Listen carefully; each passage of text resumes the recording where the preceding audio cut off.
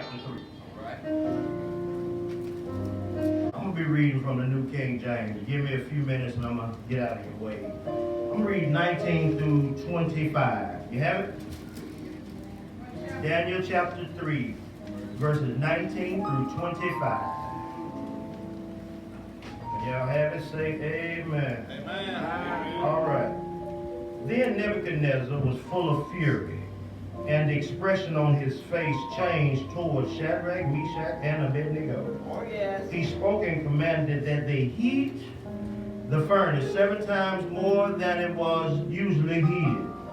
And he commanded certain mighty men of valor who were in his army to bind Shadrach, Meshach, and Abednego and cast them into the burning fiery furnace. Then these men, bound in their coats, their trousers, their turbans, and their other garments, were cast into the midst of the burning fiery furnace. Therefore, because of the king's command was urgent and the furnace exceedingly hot, the flame of the fire killed those men who took up Shadrach, Meshach, and Abednego. And these 3 men, Shadrach, Meshach, and Abednego, fell down, bound into the midst of the burning fire furnace. Here it is. Then King Nebuchadnezzar was astonished, and he rose in haste and spoke, saying to his counselors, Did we not cast 3 men bound into the midst of the fire? They answered and said, Yes, King, true, O King. Look, he answered, I see 4 men loose walking in the midst of the fire, and they are not hurt. And the form of the 4th is like the Son of God. You may be seated. Your enemy's intentions are not always God's outcome. Amen. All right. As you've often heard me mention, people don't always mean you well. Yes. Also, as a believer in Christ, you've often heard me tell you that we operate in 2 different spheres. We live in the natural, but we also operate in the spiritual. Therefore, we have people that don't always mean us well. Yeah. And we have satanically inspired people that don't mean us well either. I've seen through biblical studies and life experiences that these evil people often plot and have agendas to execute their evil intentions on you and your life's journey. But I came to tell you this morning that their intentions are not always God's outcome for you. Have you ever ran across anybody got some evil intentions for you? Oh yeah, if they had that way, you know there would be no more you. Anybody ever ran across somebody that had some evil intentions or plans for you? Oh yeah, if you could be that fly on the wall sometime, if you just could hear how folk really felt about you, and if they had their way, that's why I'm thankful that there's nobody God but God. Because if some folk could play God, we would be in a world of trouble. Amen. But how many of you know we got some folk got some evil intentions? There are some folk out there that really mean to do a number on you. But just because that's their intention does not mean that's on the same plan as God. Not going to be before you long. Daniel. The book of Daniel, there's a particular point. The focus is on the deportation of Daniel and 3 of his friends from Jerusalem to Babylon. Now I need to let you know, bring this thing. We are familiar with this text, but let's try to set it up. Now you need to understand they were going to Babylon. Now I need to let you know Babylon was a satanic society.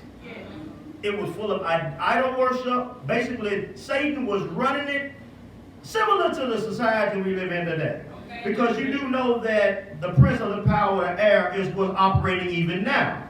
So therefore, at that time, going to have these Jewish young men are being deported to a place in a society that is totally different than the environment they live in. Let me paint it like this. It's a different environment in here than once you walk outside the 4 walls. Amen. See, this is a holy environment, an environment that is conducive to what we believe, how we feel, and how we walk. But once you walk out of that door, you enter into the world society that has a different set of rules. Amen. All right. So they are taken from one environment, now taken to a satanic environment. It'll make sense in a minute. So you need to understand Babylon It was a worldly system, worldly system, worldly system. All right, now, watch this. You got these boys, I'm going to tell you the name, Daniel, we know him. Now, you got 4 boys. They were carried away. Now, these boys are going to be taught wisdom, understanding, and to serve the king in this certain place. Now, they were singled out for training. They was going to be educated. In 3 years' time, they supposed to really be positioned to serve the king. Now, the 4 that were selected is Daniel, Hananiah, Mishael, and Azariah of the tribe of Judah. Now, the chief eunuch is going to change their name. This is going to be done to separate them from their Jewish culture and religion. You do know that the world will give you a name contrary to what your mom and dad gave you. You do know that the world will folk will try to call you something that's not on your birth certificate, right? Because you do know what's on your birth certificate, your parents probably went into some kind of thought and it had meaning behind it. In other words, your parents probably gave you a name that said blessed. But the world will call you something like dog. But anyway, y'all know what I'm saying. So that in this culture, they changed their name. Now, Daniel's name meant God is judge. But they changed his name to Belshazzar. Now, Daniel meant God is judge. Belshazzar means lady protect the king. Okay? Hananiah name meant God has favored. But Shadrach means I am fearful of a God. Mishael meant who is what God is. But who what God is, but now Meshach means I am despised, contemptible, humble before my God. Azariah means Jehovah has helped. But Abednego means servant of Nebo. So in other words, they gave these boys names to help transition them into their way of living. And how many of you know society will try to pin something on you so that you will fit into what they want you to be? That's why you got to be careful. Now, folks can call you what you want, but you ain't got to answer anything. You can call me what you want, but I got a name. And the name was given to me by folk that care, not by society that wants me to fit in. Now, during this for us to get the background of the text, now, once they got there, that was the first test, these 3 Hebrew boys. When they were being trained, they didn't want to eat a certain food. Basically, the king said, I want you to eat all of this. They said, no, it's against what we believe. But tell you what, give us just some vegetables. And then after a certain period of time, they tested them. But after the time, they looked better. Their bodies were better. And they gave them favor. So he let them do it, but they looked better and they fared better. So God was with them even then. But they said, look, we can't eat what y'all eat. We can't drink what y'all drink. That ain't who we are. But if they do that, why we want to, anyway. All right. So they said, we can't do that. So God gave them favor to keep their belief intact. But let me tell you something. When you make a stand, God will make a way for you to stand. But too many of us are too scared to stand, so we just go along for going along's sake. But anyway, the second thing is, after a while, I'm rushing to get to the text. So after a while, King Nebi had a dream. And it was a dream, and he said, look, give me all my folk, all my astrologers and everybody. He said, I need them to tell me what it means. And if they don't, I'm paraphrasing it, y'all done. They said, wait a minute, what you asking can't nobody do? All of a sudden, Daniel pops up. Daniel interprets the dream. Yeah, he does. But remember, it's going to come back in a minute. His folks said, can't nobody do that. But Daniel interprets the dream for King Nebi. And so after that, King Nebi promotes Daniel. And Daniel said, oh yeah, by the way, what about my 3 friends? Can I stop right there? Why is it now we live in a society that when you get put up, you want to forget those that you with? I forgot, but anyway, feeling all right now. But isn't it strange how in our society, when one goes up, the others want to pull them that called a crab mentality. But anyway, it's very prevalent in the Afro-American. But Daniel said, he got promoted. What about, can all of us, all of them got promoted. I want to say this, even though in a worldly society, God can still make it that you be blessed. Because promotions come from God. So when people tell me that the system got me down, the Caucasian got me down, out of all of that is nothing. God is the God of promotion. Hurry up, get out of here. So the scene is set. These guys now have been put into this ungodly society. And they've excelled. They have positions. And y'all do know that God will give you positions you don't deserve, right? Oh, no, that didn't go well. But anyway, you do know he'll give you positions you don't deserve. He'll put you in positions you know they really don't want you in. It's really not built for you, but he'll put you in it anyway. So God gives them favor. So now we get to the text, and I try to get you out of here. Now around verse 1, I'm just going to walk it down. King Nebuchadnezzar decides he wants to build an image made of gold. Y'all know it, been in Sunday school level. Now this image around 90 feet tall, 9 feet wide. He set up in the plain of Dura. Now, he set this big thing up to be worshipped. Image of gold, gold laid to be worshipped. Then he gives a command. He said, look here. Then the herald cried aloud, to you it is commanded, O people, nations and languages, that at the time you hear the sound of the horn, the flute, the harp, the lyre, and the psaltery, he says, in symphony, with all kinds of music, you shall fall down and worship the gold image that King Nebuchadnezzar set up for you. And whoever does not fall down and worship shall be cast immediately into the midst of the burning fiery furnace. Watch this. Now, in this, he's saying, once you hear the music play, y'all need to bow down and worship this idol. All right. Isn't this strange? In that society and ours, the world wants you to dance to their music. And if you don't dance, they'll want to persecute you. What you mean dance to their music? In other words, if you don't accept worldly concept, you're not dancing to their music. If you don't go with the world's agenda, you're not dancing to their music. Oh no, if you don't believe in their ideologies, you're not dancing with their music. If you don't believe like the world believes, you're not open and bring it home then. You got something in your home. If folk don't, if you don't line up with what worldly people think, they want to persecute you. Why? Why? Oh, y'all, now y'all understand, right? Oh yeah, see, in other words, if you don't comply in your home, you got a problem. See, you got to realize people want you to dance to them. They want you to dance to the music in church. Or if you don't do it my way, you can't be on this board. If you don't do it that way, you can't preach. If you don't do it on this board, you can't be a deacon. Oh, y'all act like y'all sleeping. That's fine. That's fine. No, but yeah, we all live in a society where everybody wants you to dance to their music. Some people in relationships, you don't do it my way, I'm going to quit you. That's dancing to the music. Oh yeah, if you don't do what I want you to do, I'll find another one. At the end of the day, everybody wants somebody to bow down and worship them. But see, that was the problem. Now, y'all ain't with me. See, I'm trying to tell you it's a satanic society because God is going to get worship. Satan is the imitator. Satan wants worship. Yeah. So he works through ungodly folk to get some sort of worship. So King Nebuchadnezzar is actually trying to receive some kind of worship. And when those who don't want to worship, you are considered an outcast. That's why on some of y'all jobs, you just ain't going to make it because you stand for something and you are not following the norm. So this is the problem. We heard him get up out of here. So he puts out a command. He said, look here. When y'all hear the music, bow down and worship this golden image. All right. Bow down. Submit worship. And if you don't, there are going to be consequences.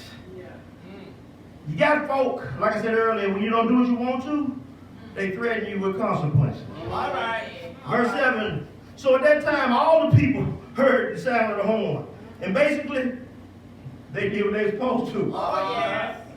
But this is like a part 2, dealing with enemies for a while. Now, verse 8 is where I want to get to.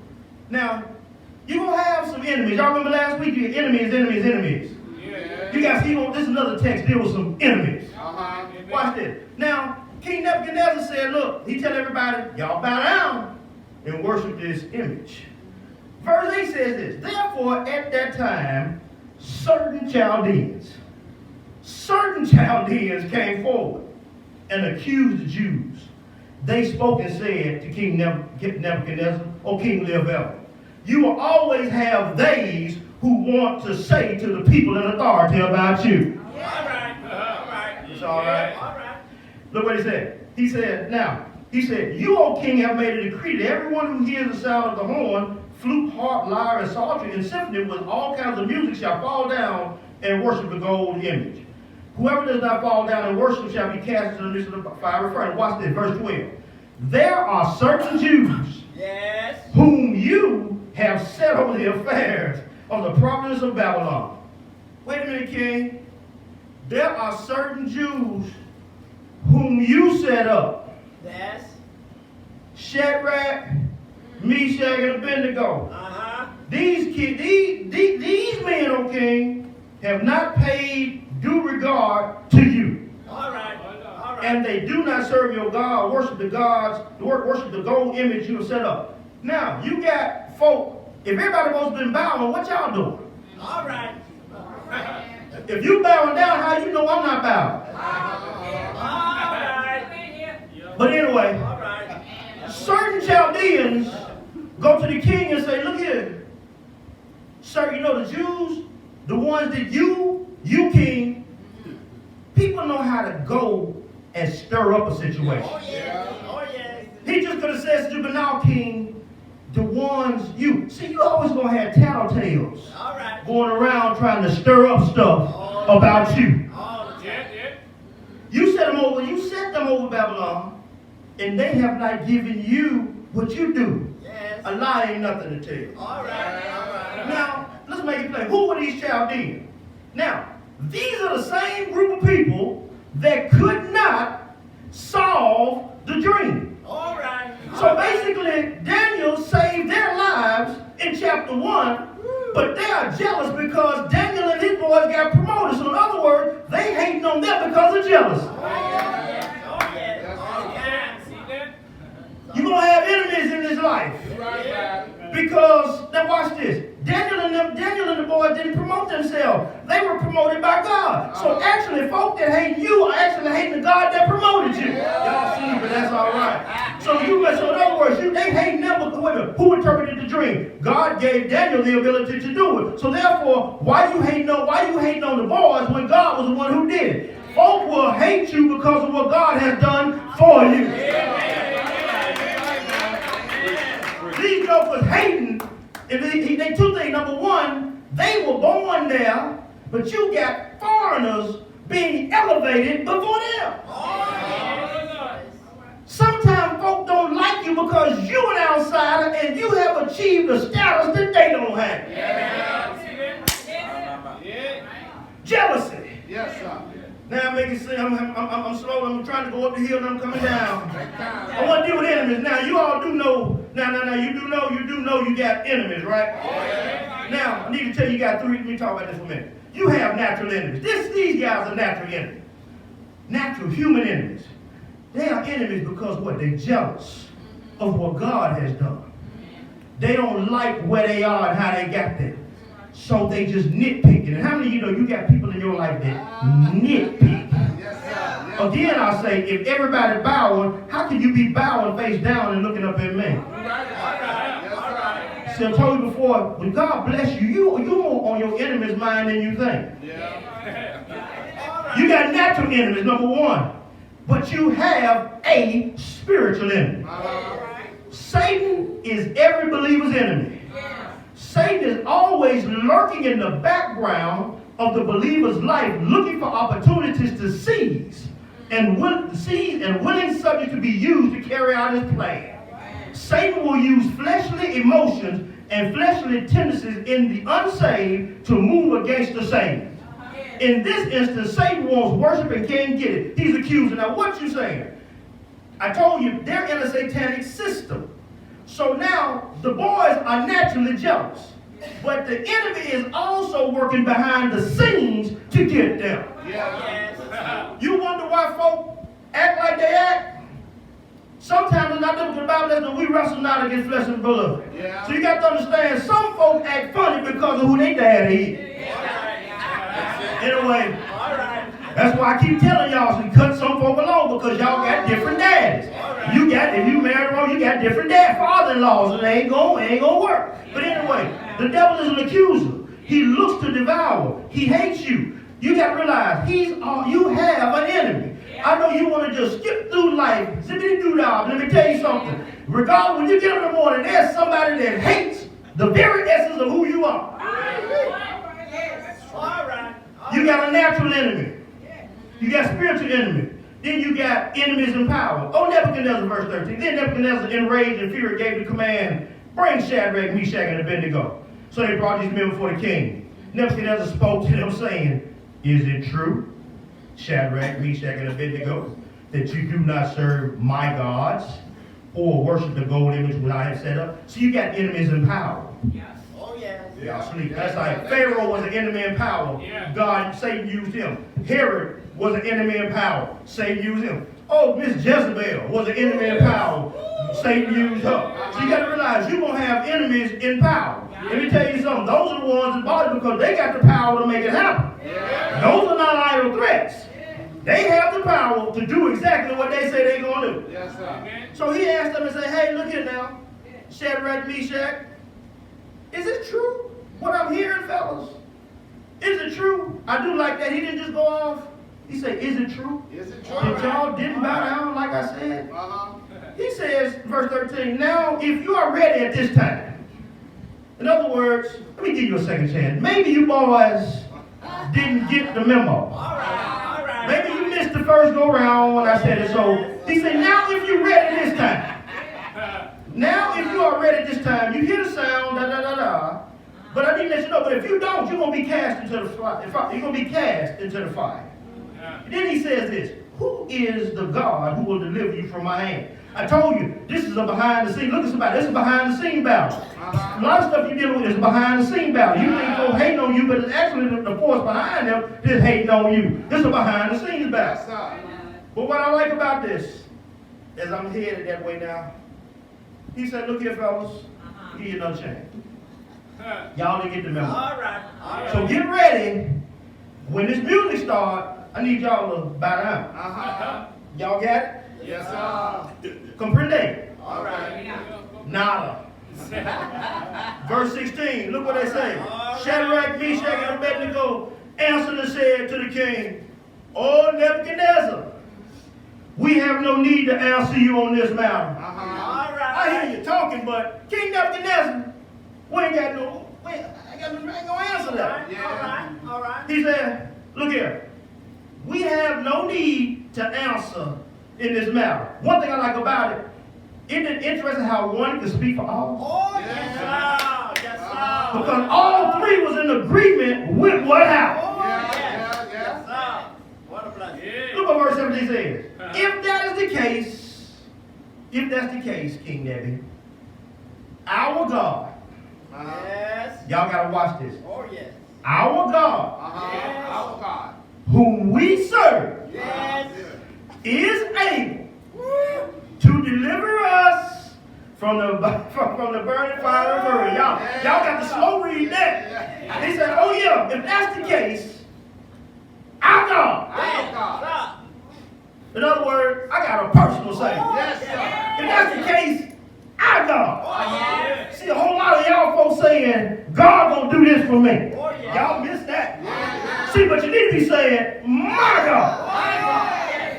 The devil believes there's a God in triple, but it takes on a different meaning when you say, my God. Yeah. They say our because of our God. See, when you're going through something, you say, my God.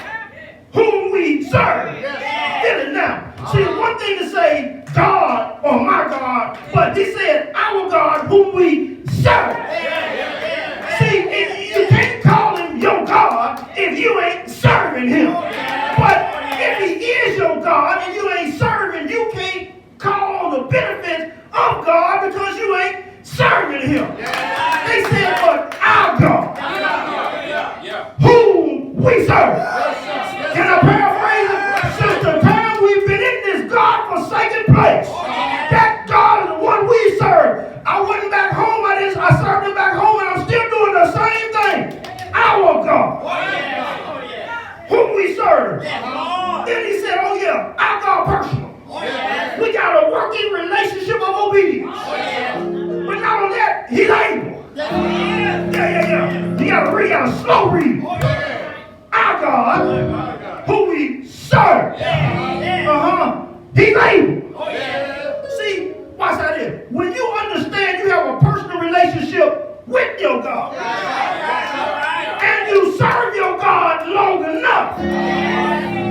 begin to understand the characteristics Yeah. of the God that you serve. They say he's able. You don't up and say that if you ain't seen nothing.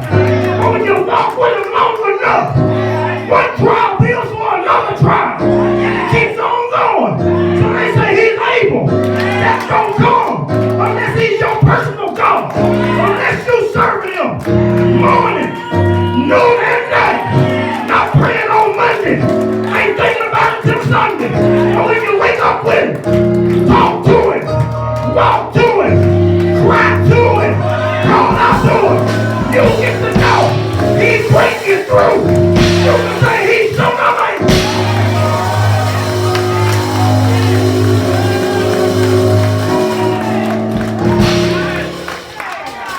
They say, yeah. I'm trying to finish it. All right, go ahead. Can I show read it? They say he's able to deliver us from this furnace. Oh, yeah. Then they go back and say, oh yeah, by the way, he will deliver us from your hand. In other words, I don't know how. Yes, sir. Yes, sir. Even if I go, it is what it is. But our faith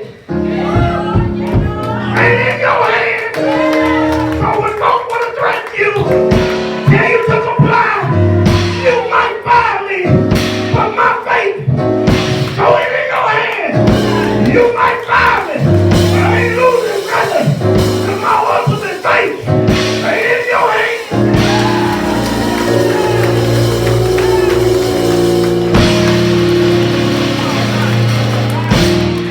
They say he will deliver from your hand. But if not, if he don't, let it be known. Yes, sir. Okay, let it be known that we do not serve your God. All right. Nor we worship the golden. Whatever happened, one thing we know he can. Yes, sir. We know eventually he's gonna do it. But one thing we do know, we ain't doing that.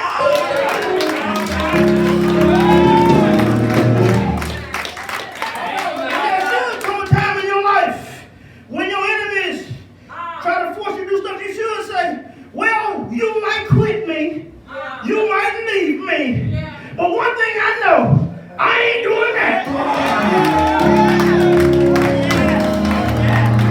You might not think much of me, but I got enough integrity. I ain't doing that. So that means you gonna walk out of my life as Martin was saying, get the stepping.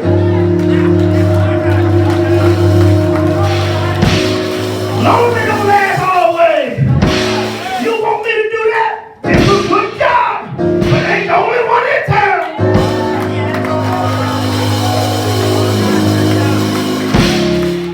They made a faith statement. Yes, See, yes, sir. so watch this. Nebuchadnezzar wanted something that he was not designed for. All right.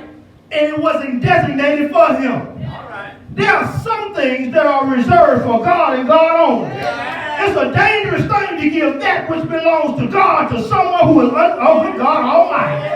It's a bad thing when you got gods in your life that you give more worship to them than you do your own God. But anyway, let me move right on. I'm out of here. Now, trying to get on out of here. Yeah, let me sum this up. Yeah, I am going out. I'm heading out. Yeah. Well, let me summarize this. Watch this. These men have enemies, and they're being accused, threatened because they won't compromise. Yeah, compromise. Compromise. They won't compromise. In other words, they won't come to an agreement on what's being presented. Then I ask you the question, what is the enemy giving you that he wants you to compromise on? And you saying, I ain't gonna do that. All this, here you go. They're enemies. Who are their enemies? Satan working through the Chaldeans and Nebuchadnezzar. Those are their enemies. Y'all got that? Yeah. The reason, jealousy, hatred, and not compromising. The intentions of all of this, persecution, punishment, and annihilation. The Chaldeans want them thrown in there. Nebuchadnezzar saying, okay, I need y'all to see those are the enemies, right? Right. So we see their intentions. The intention is, to the fiery furnace you go, buddy. And there are some people that have made the same thing about you. To the fiery furnace you go. All right. The intention of the enemy is death by the furnace. Verse 19, then Shadrach, Meshach, then Nebuchadnezzar was full of fury, and the expression on his face changed towards Shadrach, Meshach, and Abednego. How many of y'all know when you stand up to the devil, he gonna get mad? I'm gonna say that. I don't know why I'm saying it, but it's true. I got to remember that people do view this outside the building, so it ain't y'all. There are some folk living with devils that you need to stand up to, but anyway. Watch this.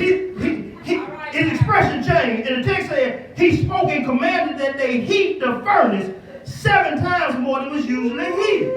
Now, he wants to intimidate them.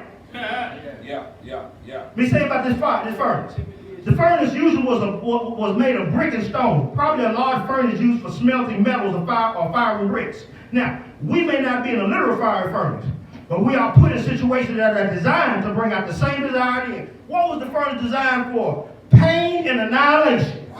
Some of you all will not be, they will not have a big furnace out there in the middle of the street and throw you in it. No, but you are in some situations right now where it's so getting hot in here.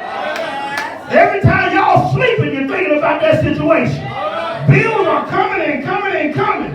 Folks talking about you next you next to get fired. Oh yeah, it's hot in here for some folks. You might not be in the literal furnace, but in some situations you can show up get hot.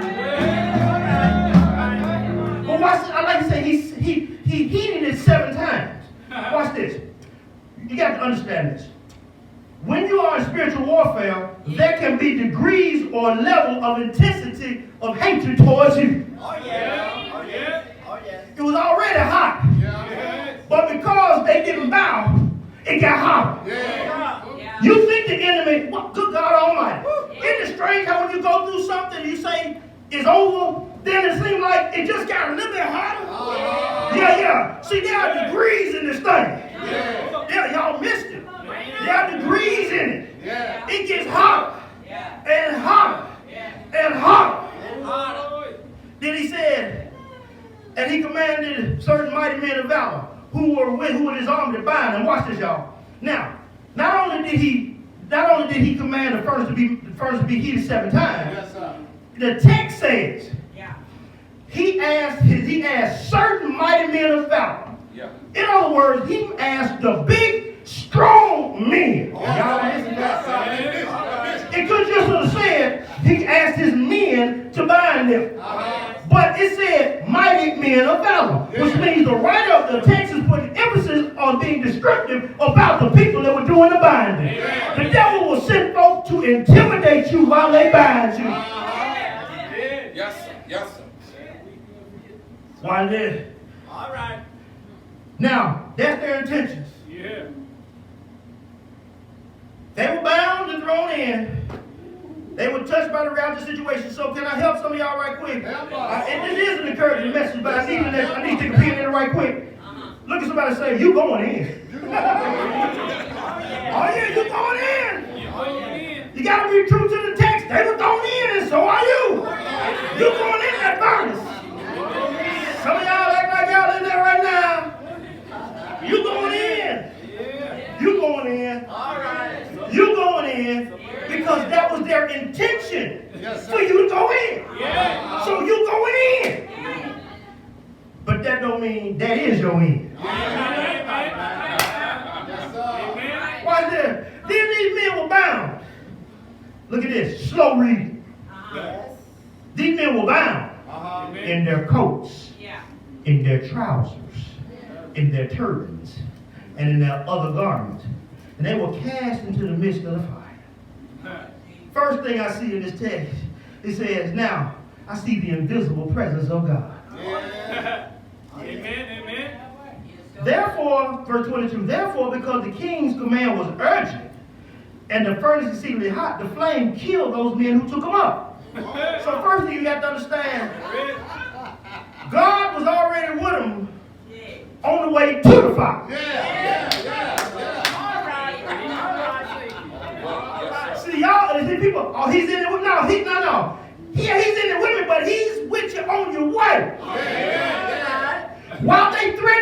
ain't heating it up, he's right there. Right there. While the strong men are binding you, he's right there. Yeah. But the invisible presence of God. Yeah. I like how God gave this to me. The text doesn't say anything about God's presence, but the writer shows his presence. Yeah. God is actually with you before you ever get there. Why? Because the same people who bound them and took them up got destroyed, but they didn't. Yeah. Not even sin. So that let me know there is an invisible presence. Can I help some of y'all? When you think you going to the slaughter by yourself, you already got the news and you're walking. But can I help you? There's somebody walking right with you. You ain't got to the office to get the bad news yet, but somebody walking right with you. They marching right on up. 5 more boots. The boy's still standing right here. You got to understand. Although that's their intention, on your way to the furnace, there is an invisible presence. The Bible lets me know. Jesus said, I'll be with you always. So no matter what you're going through, you might can't see him, but you sure can experience him. Just Monday morning, I said, Lord, I ain't feeling you like I used to. What's wrong? I don't like where I am. And then I remember that prayer. But then I got sick Monday. But I've been sick all week. Little did I know the sickness was already in my body. But it took it to manifest on a Monday. For him to stop it from fully materializing and let me know what's going on. And it was already there. I let you get a taste of it, Kenny. I'm letting you know I'm still right there. You still smiling. You still talking. Yes, sir. God is with you. No one even that.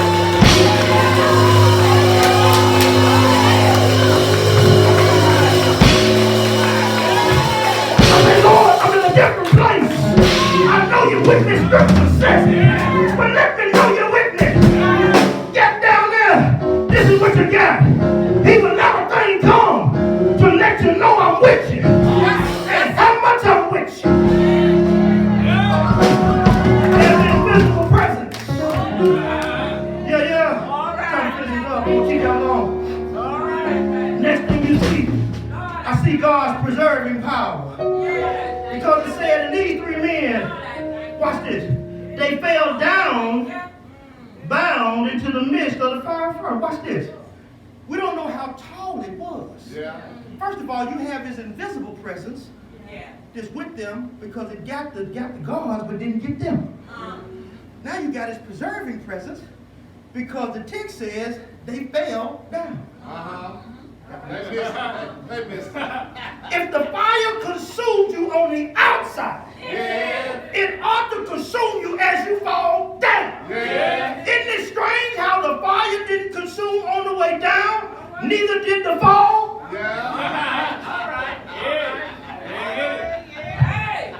Preserved them while you're traveling downward. Yes, sir. The fire should have destroyed you then, Yes. and the fall should have hurt you. Yeah. God will preserve you all the way while you're falling in the fire. Yes, sir. Yes, sir. While you're traveling down, he's still preserving you. Watch that. Now, God's manifested presence is my last one. They fell down. Then verse 24, King Nebi was astonished. See, because at the bottom of the furnace it had a big window so you could look in. Nebi jumped up. What in the world is this? He rose up in haste and spoke, saying to the councils, did we not cast 3 into the fire? They said, true. What the young folks said, true that. True that. We did. They did. But this is what I want to see. I want to show y'all right quick. Now, I like that he said, did we not cast 3 men bound? Watch this. Yes. When I go up to around verse 19, the word bound is mentioned 4 times in 5 verses. First of all, he had them bound up. The men bound, he binded them up. Yeah. Then they were mentioned bound again. They fell down bound. The writer is emphasizing their being bound. Yeah. which means there's a special emphasis on their bondage. Amen. Amen. Folk throw you in the fire to keep you back. Yeah. Folk want to keep you in bondage. So they throw you into the fire. Because see, when you bind them up, they should not be able to struggle as they are being annihilated. They said, don't I see the fourth one? They said, yeah. It's like the Son of God, which is like angelic being. As I descend and walk out. He said, I see 4 men loose. What? I got the word bound is mentioned 4 times in 5 verses. Now I see loose. See, folk want to bind you up, throw you in the fire, and that's it. But what I like about it, the fire that was meant to destroy them only removed what was bound in. Amen. Amen. Thank God. All right. The text says, I see 4 guys walking around fellowshipping. But not only that, I see them loose. Isn't it strange that in the midst of all the elaborate clothing, the hair wasn't singed, the clothes wasn't singed, but only the ropes that were around their bodies would burn. The fire that meant, the ropes that were meant to bind them, the fire destroyed them. In other words, all the fire did was refine them. Can I help some of y'all? Well, you say, God, why you letting me be thrown in the fire? Peter talks about gold being refined. God let you go through the fire so that all the impurities and that excess can be burned off. Some of y'all say, I got it going on. Sometimes that's why he let you get in the fire. Sometimes you got to burn a little lying off you. You got to burn a little backbiting off you. You got to burn a little pride off you. Sometimes you got to burn a little self-dependency off you. But God will let the enemy do his thing. They thought it was out to kill them. God said, I'm just going to refine them. The point he's saying, God's manifested presence. God was invisibly with them on their way up. He preserved them on the way down. When he showed up right down there in the bottom. In other words, King, since you need to know that you know that you know, you said, what God? Here I am. You got to recognize there's somebody in there with these boys greater than you. So their intentions was to kill him. This was God's intention. After they got up it, King Nebuchadnezzar said, hey, what's going on? The end of it is they got promoted again. What? Preaching, man. After they got out, he elevated them again. So they